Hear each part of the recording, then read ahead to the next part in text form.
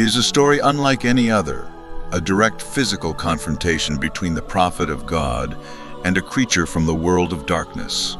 It was not a battle on a field. It was not a whisper of temptation.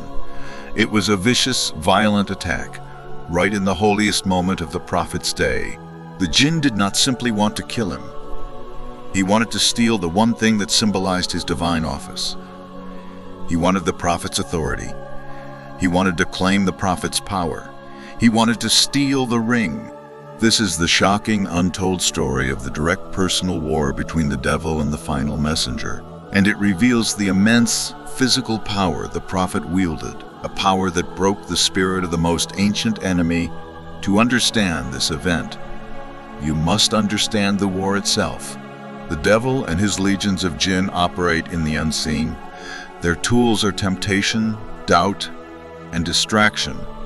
They hate the believer most when the believer is at their strongest in the middle of prayer. The prayer is the fortress of faith. It is the moment we separate ourselves from the world and connect directly to the Creator. It is the greatest act of defiance against the devil's authority. And so, the devil launched his most audacious, most personal attack on the single greatest fortress of all, the prayer of the prophet himself. The prophet Muhammad, peace be upon him, stood in the mosque. He raised his hands and began the sacred conversation. His heart was pure. His intention was singular. He was in complete submission. It was in this moment of profound spiritual vulnerability that the attack came. Suddenly, the prophet's concentration was broken. He was not distracted by a sound. He was confronted by a presence, a huge, dark, terrifying figure.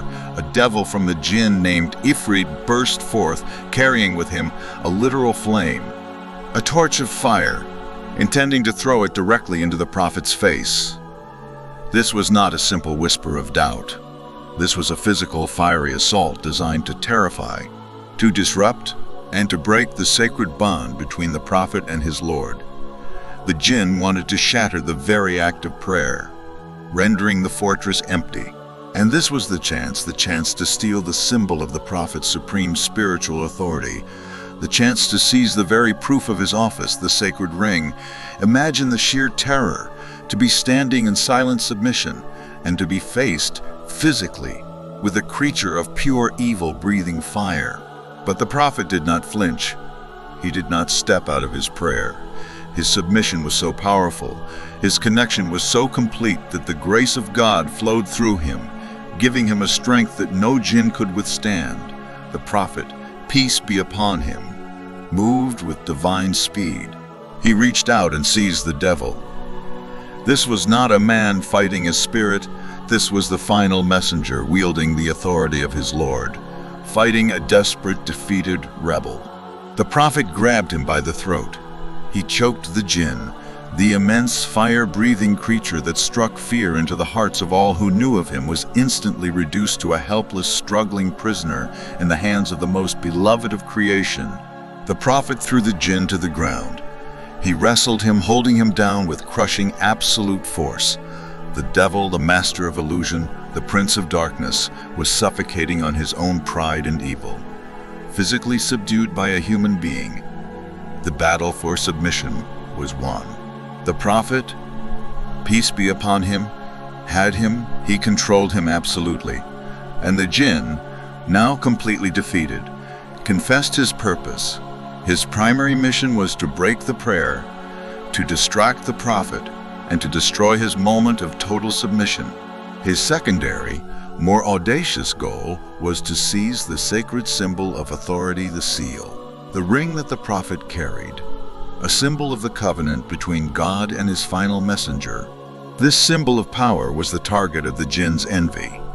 He wanted to claim it, to defile it, and to use the seized trophy as a symbol of his victory over the prophet's mission.